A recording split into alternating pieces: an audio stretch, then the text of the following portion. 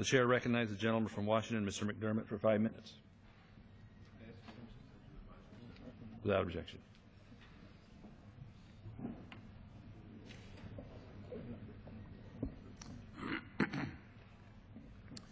Mr. Speaker, although this hall is empty, there are a lot of people watching it, and I wonder how many of them have ever actually gone hungry.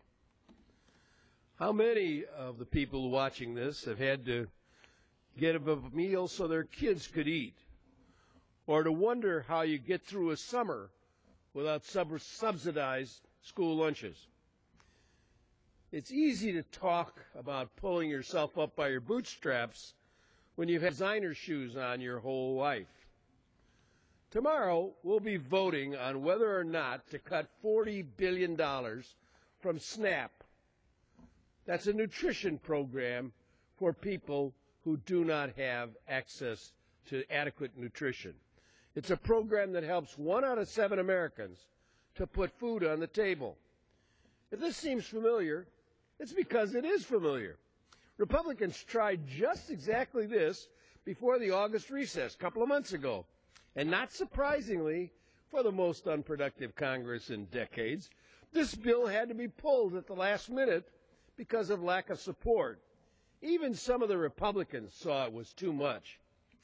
Anyone who's been paying attention knows that symbolic votes to nowhere are bread and butter for this Congress. But the Republicans couldn't even get their own support on the bill. $20 billion of cuts that primarily help children and the elderly wasn't enough for them. They had to hurt people more.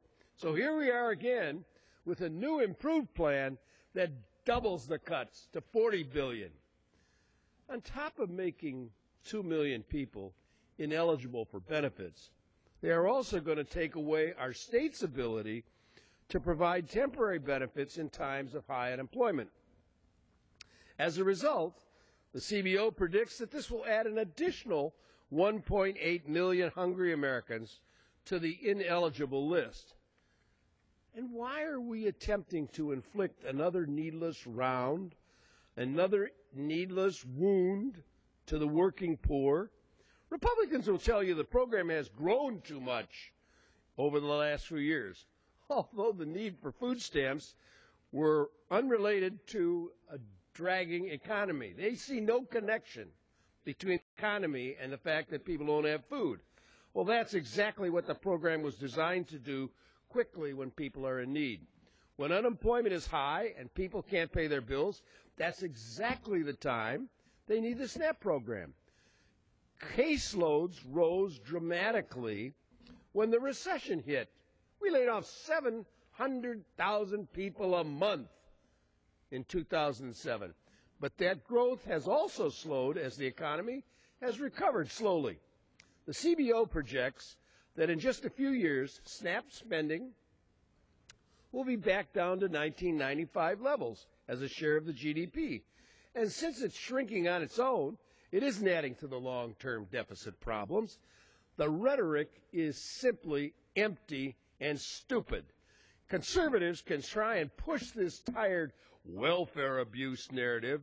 It's a talking point. Every time they come out here, welfare abuse, people are getting food, money for food, that's welfare abuse. But as usual, the reality is not in their corner. Studies show that food assistance has some of the lowest rates of fraud of any benefit program. If you go to one of those food banks and talk to the people who are there, you'll find some surprising people there, people who thought they would never have to go there, but they are short on money and can't feed their kids, so they're getting some money. So I ask you again, why are we doing this? Wasting time to satisfy the furthest right wing of the Republican Party? We're again catering to a fringe agenda thought up by partisans obsessed with a deficit boogeyman. That boogeyman has been roaming around here for 4 years. We're going to have a terrible collapse. We're going to have inflation. We're going to have terrible things. And it's never happened. The president has done a miraculous job in keeping us on an upward track, in spite of the resistance of the other side. But what it does is it makes it harder for 4 million people to put food on the table. So be it. That's their attitude. Amen. At least they won't risk facing a primary in the next election. They're all worried about somebody further on the right. We already got one member over here who's, Mr. Speaker, who's worried about somebody coming from the right, and he's about the furthest right I can imagine on the floor. Senate Democrats and Republicans appointed conferees to negotiate a farm bill back at the beginning of August. Quit worrying about scoring points with the Heritage Foundation, and let's focus on the American family and vote this bill down.